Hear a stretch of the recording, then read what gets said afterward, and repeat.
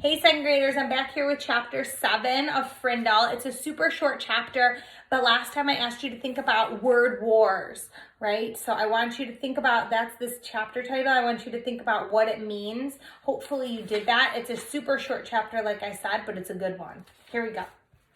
School was the perfect place to launch a new word. And since this was a major historical event, Nick wanted it to begin in exactly the right class, 7th period, language arts. Nick raised his hand first thing after the bell rang and said, "Mrs. Granger, I forgot my frindle." Sitting 3 rows away, John blurted out, "I have an extra one you can borrow, Nick." Then John made a big show of looking for something in his backpack. "I think I have an extra frindle. I told my mom to get me 3 or 4. I'm sure I had an extra frindle in here yesterday, but I must have taken it. Oh, wait. Oh, yes, here it is."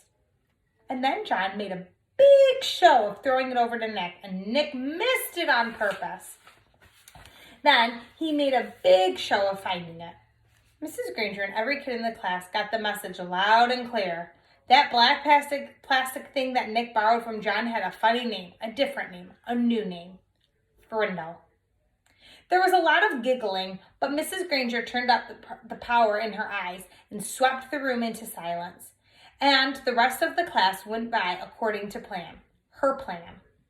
As everyone was leaving after class, Mrs. Granger said, "Nicholas, I'd like to have a word with you." And she emphasized the word.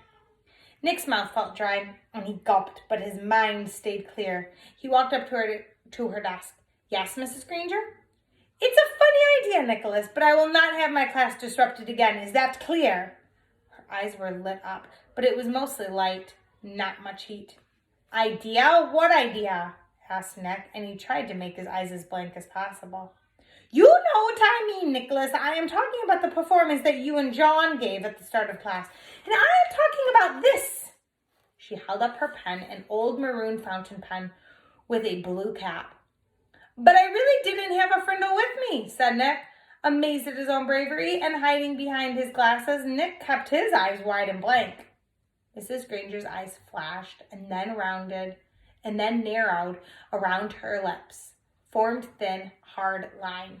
She was quiet for a few seconds and then she said, "I see. Very well. Then I guess you will have nothing more to discuss today, Nicholas. You may go." "Thanks, Mrs. Granger," said Nick, and he grabbed his backpack and headed for the door. And when he was just stepping into the hallway, he said, "And I promise I won't ever forget my frindle again. Bye."